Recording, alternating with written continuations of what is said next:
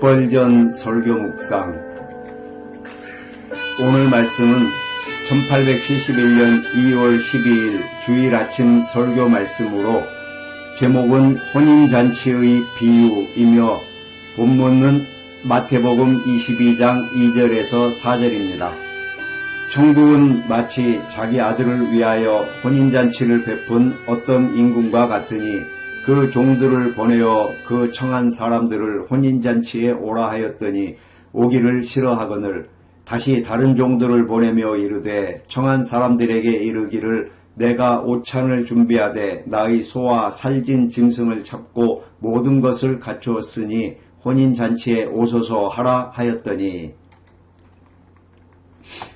하나님이 내게 힘을 주신다면 나는 이 비유 전부를 살펴보고 싶지만 지금은 왕실 축제의 개막 장면으로 우리의 생각을 국한시켜야 할 것입니다. 하나님께서는 얼마나 자비로우셔서 비유를 고안해 내시어 당신의 자녀들이 왕국의 신비를 배울 수 있게 하시는지요. 우리가 자녀들에게 관심을 끌기 위해 그림을 주고 즐거운 방법으로 진리를 기억에 고정시키는 것처럼 사랑의 창의력을 가진 주님께서는 많은 매력적인 은유와 상징과 우화의 저자가 되셔서 우리의 관심을 얻고 성령을 통해 우리의 마음을 깨우치십니다. 우리 모두 이 교훈적인 비유를 연구하여 하나님 보시기에 좋은 모든 것에 속히 이르기를 바랍니다. 우리 앞에 놓인 비유를 이해하려면 먼저 여기서 말하는 어떤 왕의 설계에 주목해야 합니다. 그는 아들의 결혼을 계기로 아들에게 영광을 돌리고자 하는 원대한 목표를 가지고 있었습니다. 그는 저녁 식사를 만들고 많은 사람들을 초대했습니다. 그는 잔치를 위해 자신의 물건을 아낌없이 쏟아부었습니다. 그러나 여기에는 이상하고 제거하기 어려운 방해가 있었습니다. 그들이 오지 않았습니다. 그런 다음 왕이 자신의 계획을 반대하는 사람들에게 한 은혜로운 대답에 감탄하며 다른 신하들을 보내어 너희는 혼인잔치에 오라는 초대를 반복했습니다. 이 세 구절의 의미를 깊이 음미한다면 한번 묵상하기에 충분할 것입니다. 1. 넓은 영토와 막강한 권력을 가진 어떤 왕이 웅장한 연회를 열고 큰 목적을 이루려고 했습니다.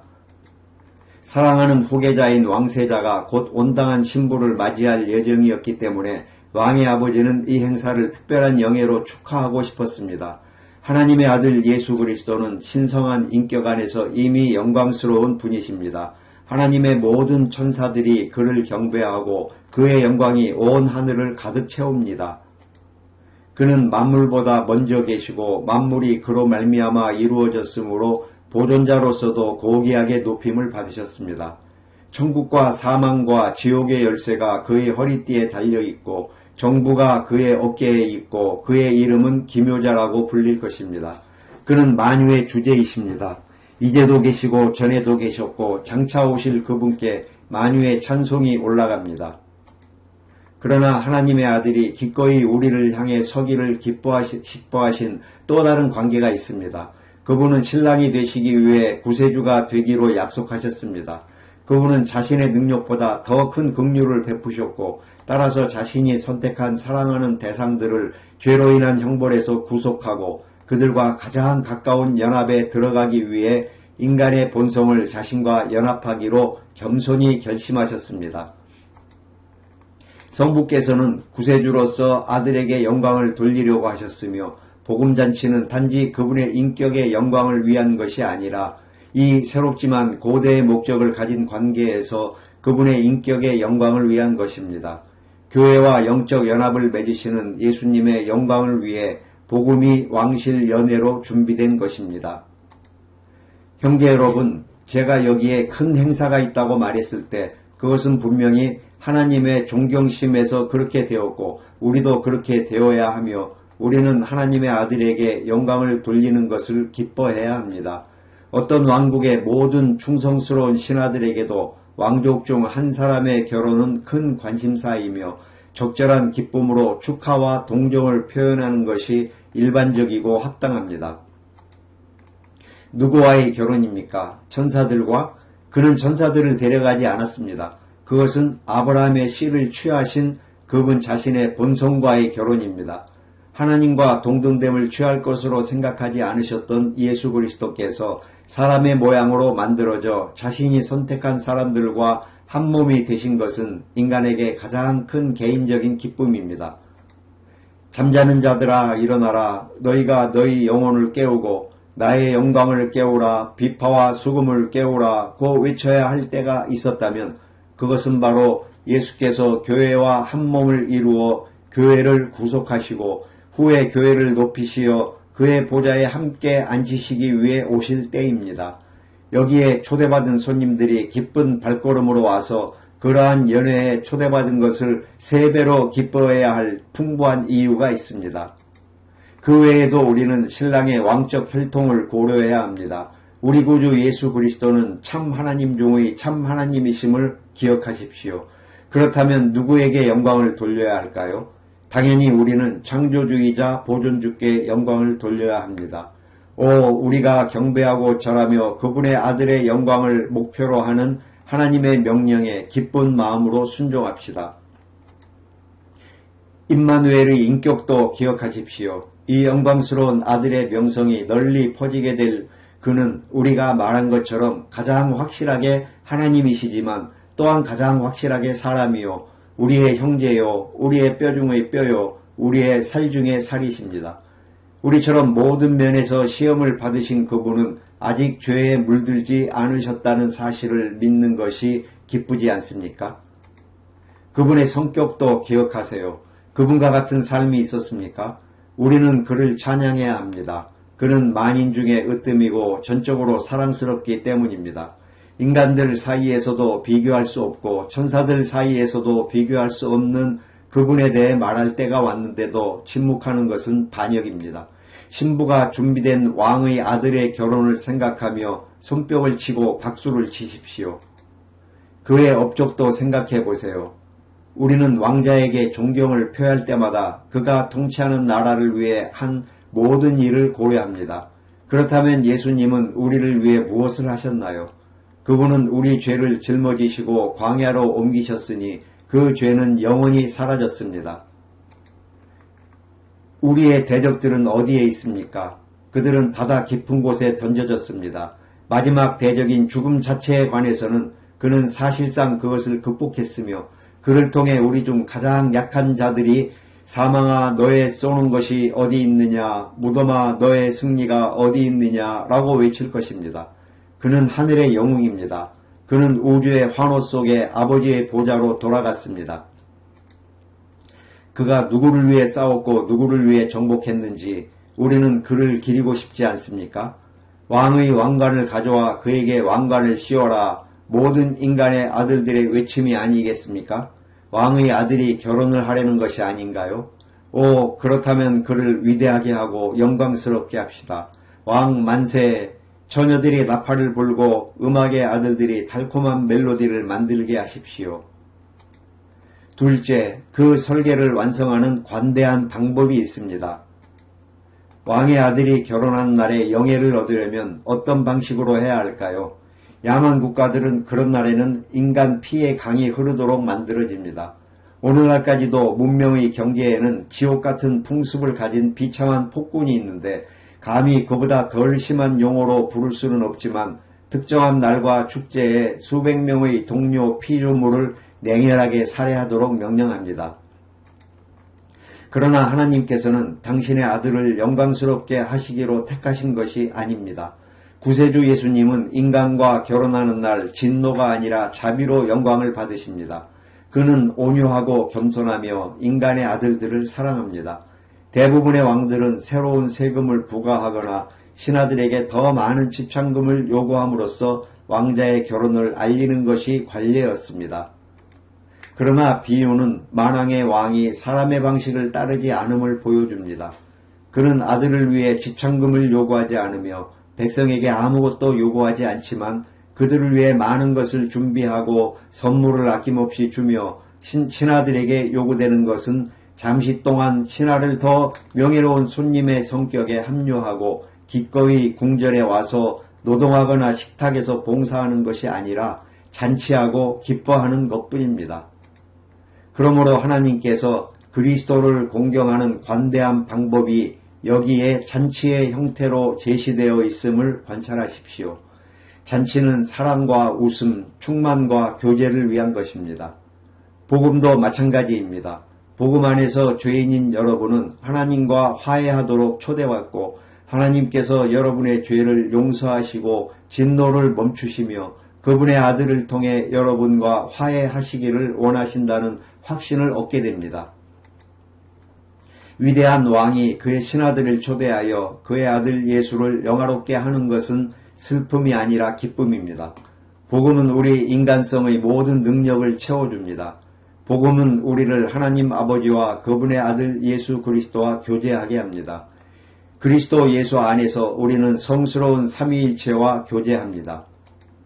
우리는 주님의 비밀이 드러나는 하늘 연회장에 초대되어 주님 앞에 우리의 마음을 쏟아붓습니다. 하나님과의 친교는 아주 가까이 있으며 가장 친밀한 사랑과 겸손을 우리에게 보여주십니다.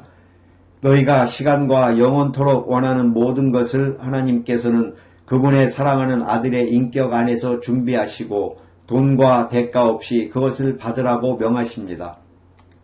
나는 이미 모든 비용이 그에게 있다고 말했습니다. 그것은 매우 호화로운 축제였고 소도 있었고 살진 짐승들도 있었지만 이것들 중 어느 것도 손님들의 목초지나 노점에서 가져온 것이 없었습니다.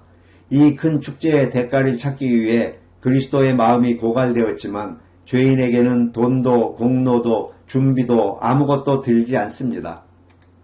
오직 필요한 웨딩드레스만 공짜로 제공되기 때문에 여러분은 장밋빛으로 복음의 잔치에 오십시오. 여러분은 있는 그대로 예수님을 믿으면 됩니다. 영접하는 자, 곧 그 이름을 믿는 자들에게는 하나님의 아들이 되는 권세를 주셨으니 여러분은 그분의 충만함을 받는 것 외에는 할 일이 없습니다. 복음을 받아들이는 사람들에게도 복음은 얼마나 영광스러운 것일까요? 장엄한 결혼식에 초대받는다는 것은 청첩을 받은 사람들에게는 큰 영광이었습니다.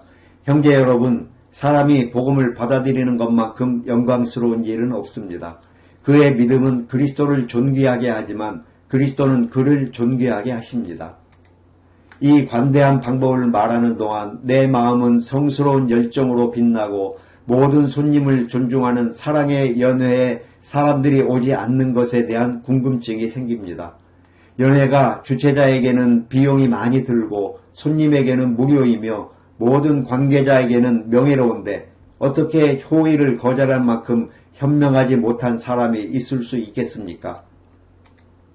분명히 여기에 새로워지지 않은 마음의 어리석음과 죄가 초래한 깊은 타락의 증거가 있습니다. 하나님의 공의에 저항하는 것은 범죄이지만 하늘의 관대함에 반박하는 것은 무엇입니까?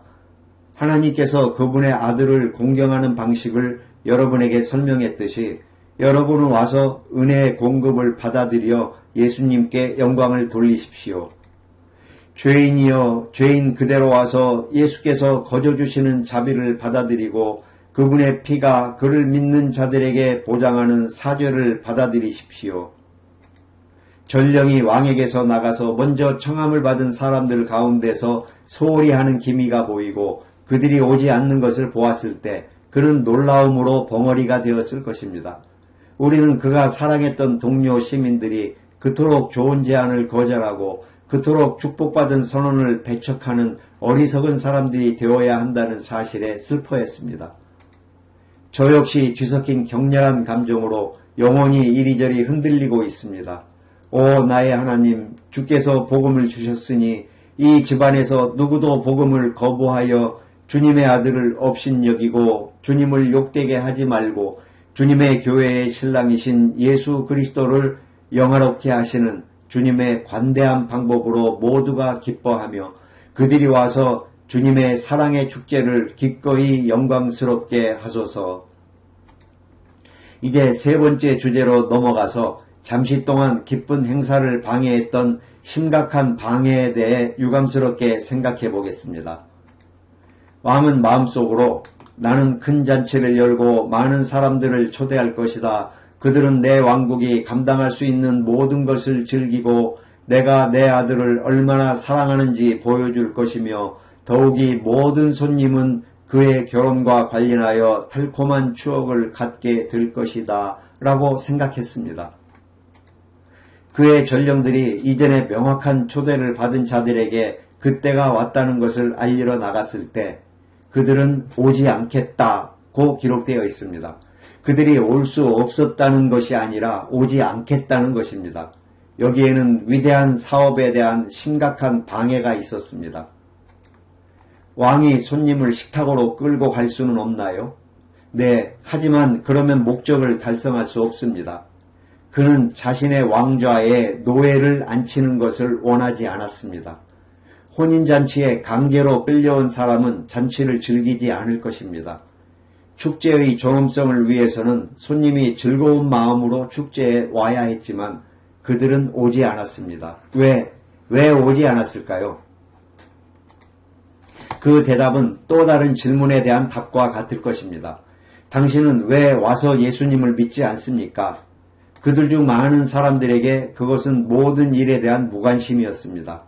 여기 복음에 대한 한 가지 큰 장애물, 즉 모든 개념 중 가장 위대한 개념인 하나님께서 죄인들을 불쌍히 여기셔서 그분의 사랑하는 아들을 영화롭게 하신다는 것에 대한 인간 마음의 굳건한 무관심이 있습니다. 비유에 나오는 사람들이 거절한 진짜 이유는 그들이 불충실했기 때문입니다. 그들은 왕을 모욕하고 왕이든 아니든 그의 아들이 왕자이든 아니든 상관하지 않겠다고 선언했습니다. 그들은 초대를 거부함으로써 충성을 거부하기로 결심했습니다.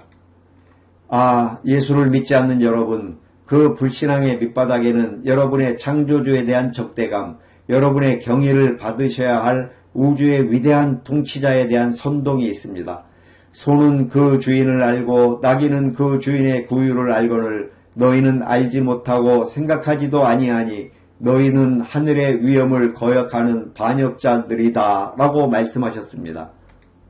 의심할 여지 없이 그들 중 일부는 잔치 자체를 경멸했습니다.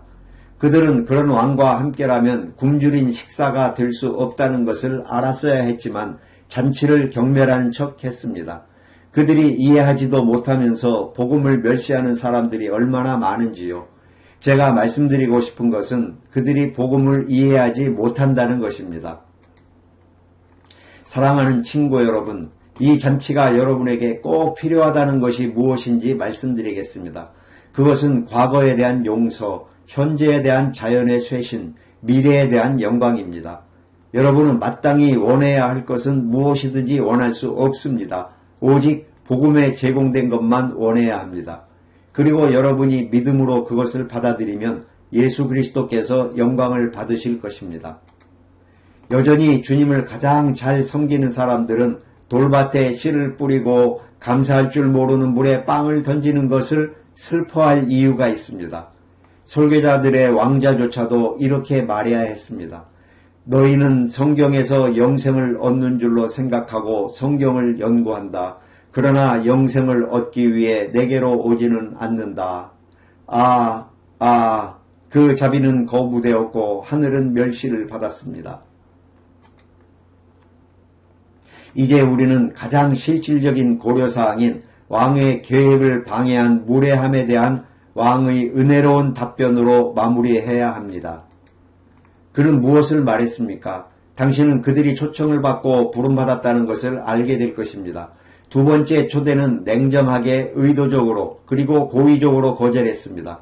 군주는 어떻게 했나요? 도시를 불태우고 반란 자들을 단번에 뿌리 뽑았나요? 아니요. 애초에 그는 이전의 무례한 거절에 윙크를 보냈습니다. 내 아들은 그들의 영예를 받을 자격이 있다. 왜 그들이 오지 않겠는가? 나의 청중 여러분, 많은 초대를 받고도 그리스도를 거절했던 많은 사람들이 있는데 오늘 아침 주님께서는 이전의 불친절을 잊으시고 다시 같은 메시지로 저를 보내시어 결혼식에 오십시오 라고 다시 말씀하십니다. 왕은 모든 것이 준비되었으니 혼인잔치에 오라는 또 다른 초대장을 보냈는데 전령을 바꾼 것을 주목해 주시기 바랍니다. 여러분 중 일부에게는 제 연설이 단조로울 수 있다는 것을 압니다. 그렇다면 나의 음성이 예수께로 와서 그의 속죄를 믿고 그를 바라보고 살라고 외칠 때 이전의 전령들이 무시된 곳에서 새로운 음성이 성공하게 하십시오. 메시지가 약간 변경된 곳도 눈치채셨을 것입니다. 처음에는 매우 짧았습니다. 물론 사람들의 마음이 옳다면 짧은 설교로도 충분할 것입니다. 그러나 마음이 잘못되었기 때문에 하나님은 종들에게 더 확대하고 확장하고 설명하라고 명령하십니다. 오라, 모든 것이 준비되었느니라. 내가 저녁을 준비했고 소와 살진 짐승을 잡았고 모든 것이 준비되었으니 혼인잔치에 오너라. 죄인을 그리스도께로 인도하는 가장 좋은 방법 중 하나는 그들에게 복음을 설명하는 것입니다. 우리는 여러분에게 복음을 더 온전히 전하려고 노력해야 하지만 하나님의 은혜의 풍성함을 다 말하지 못할 것입니다. 여러분의 죄와 생각을 버리고 주님께로 돌아오십시오. 주님께서 여러분을 풍성히 용서하실 것입니다. 복음은 사랑의 강이고 사랑의 바다이며 사랑의 하늘이고 사랑의 우주이며 모든 사랑입니다. 죄인들을 향한 하나님의 놀라운 사랑을 온전히 설명하기에는 너무 크거나 너무 검은 죄도, 용서받기에는 너무 흉악하거나 저주받은 죄도 없습니다. 십자가에 못 박히신 그분의 사랑하는 아들을 바라보기만 하면 모든 종류의 죄와 신성모독을 용서받을 수 있습니다. 그리고 이 세상과 그 이후에 여러분에게 가져올 행복은 말로 표현할 수 없을 만큼 큽니다. 이 마지막 메시지에서 손님을 매우 섬세하게 졸랐지만 여전히 그들이 조금이라도 관대한 마음을 가지고 있었다면 그들을 감동시켰을 것입니다. 전도자는 오지 않으면 잔치를 놓칠 것이다. 오지 않으면 왕이 화를 낼 것이다. 오지 않으면 패자가 될 것이다. 라고 말하지 않습니다. 아니요. 하지만 제가 읽은 대로 그는 매우 놀라운 방식으로 말합니다. 저녁 식사는 준비되었지만 먹을 사람이 없고 소와 살진 짐승들은 모두 죽었는데 손님이 없다 라고 말입니다. 오라 오라 나는 손님이 없는 주인이니 라고 말하는 것 같습니다. 그는 복음에서 자주 자신을 자식이 집에 돌아오기를 갈망하는 아버지와 같은 존재로 만드십니다. 그분은 무한하신 하나님 자신을 자신의 피조물에게 거지가 되게 하시고 화해하기를 간청하십니다. 놀라운 낮춤입니다. 그는 마치 물건을 파는 장사꾼처럼 목마른 자는 다 물러오라, 돈 없는 자는 와서 마시라고 외쳤기 때문입니다. 위대하신 하나님, 우리는 주께서 베푸신 풍성한 은혜에 참여하기 위해 그리고 주님의 자비가 베푸신 것을 가난한 죄인으로서 받음으로써 예수 그리스도께 영광을 돌리기 위해 기꺼이 찾아왔나이다. 형제자매 여러분, 그리스도를 공경하는 것을 싫어하는 사람들이 많으므로 그를 사랑하는 여러분은 세상이 그렇지 않으므로 더욱 그를 공경하십시오. 제약을 받아 오시게 된 여러분은 그분의 식탁에 앉아서 찬송하고 그분의 이름을 기뻐하고 축복하는 것을 잊지 마십시오. 다음으로 집에 가서 오지 않으려는 사람들을 위해 중보하여 주님께서 그들의 이해를 밝게 하시고 그들의 뜻을 바꾸어 아직 예수님을 믿지 못하는 사람들이 예수님을 믿도록 하시고 오늘 아침 그분의 은총의 부드러운 손길에 반쯤 기울어져서 와서 잔치를 베풀고 싶어하는 사람들에게는 오라고 하십시오. 그것은 영광스러운 복음입니다. 그는 영광스러운 왕이십니다. 그는 복받은 구세주이시며 결혼하시는 분은 선하신 분입니다. 여러분의 영혼이 오늘 여러분에게 주어진 복음의 초대를 받아들이면 모든 것이 선하며 여러분도 선해질 것입니다. 믿고 세례를 받는 자는 구원을 얻고 믿지 않는 자는 저주를 받으리라. 주님께서는 사랑하는 아들을 위해 성령을 보내어 그 부르심이 효력을 발휘하게 하소서. 아멘.